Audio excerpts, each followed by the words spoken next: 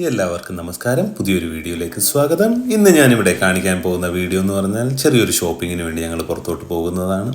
ആ ഷോപ്പിങ്ങിന് മുമ്പുള്ള അടിപിടിയാണ് ഈ കാണുന്നത്. ഇപ്പം ഇവിടെ വിൻ്റർ ടൈമാണ്, നല്ല തണുപ്പാണ് പുറത്ത്. സോ ജാക്കറ്റ് എല്ലാ കാര്യങ്ങളും ഇട്ട് വേണം പുറത്തോട്ട് പോകാനായിട്ട്. ഇതൊക്കെ ആലോചിക്കുമ്പോൾ തന്നെ പകുതി പുറത്ത് പോകണ്ടെന്ന് തന്നെ നമ്മൾ വിചാരിക്കും. അതുകൂടാതെ എനിക്ക് നാളെ ഡ്രൈവിംഗ് ടെസ്റ്റ് ഉണ്ടായിരുന്നു. അപ്പം ആ ഏരിയയിൽ ഞാൻ ഇതുവരെയും പോയിട്ടില്ല. അത് ഞാൻ നിൽക്കുന്ന ലൊക്കേഷനിൽ നിന്ന് ഒരു 40 മിനിറ്റ്സ് അവേ ചോർല എന്ന് പറഞ്ഞൊരു ഏരിയയാണ്. ആ ഏരിയയും കൂടി ഒന്ന് കാണണമെന്നുണ്ട്. പക്ഷേ 5 മണിയായപ്പോൾ തന്നെ ഇരുട്ട് കയറി, മൂടൽമഞ്ഞും ഉണ്ടായിരുന്നു. എന്നിരുന്നാലും ഞാൻ ആ ഏരിയയിലൊന്ന് പോയി കറങ്ങി തിരിച്ച് ഞങ്ങൾ നേരെ ആൽദിയിലേക്കാണ് വന്നത്.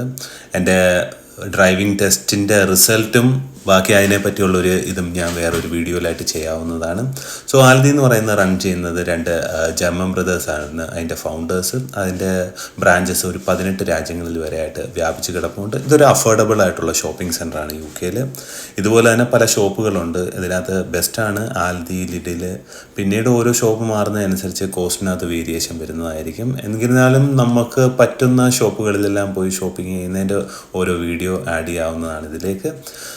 മീനൂട്ടിയാണ് ഇൻചാർജ് ആക്കി നിർത്തിയേക്കുന്നത്. അവളാണ് ഓൾമോസ്റ്റ് സാധനങ്ങളെല്ലാം പറക്കിയെടുത്ത്. അതിൻ്റെ കൂടെ പറ്റാത്ത കാര്യവും അവളിടയ്ക്ക് പോകാറുണ്ടായിരുന്നു. പറ്റത്തില്ലെന്ന് കണ്ടാൽ അവൾ തന്നെ തിരിച്ചിങ്ങ് വന്നേക്കും.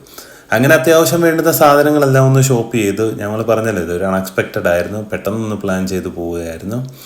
കാര്യം ഇത് കഴിഞ്ഞതിന് ശേഷം എനിക്ക് 2 ദിവസം കുറച്ച് ബിസിയാണ്. പിന്നീട് വരാൻ സാധിക്കത്തില്ലെന്നുകൊണ്ടാണ് അന്ന് രാത്രി തന്നെ ഞങ്ങൾ ഇറങ്ങിയത്.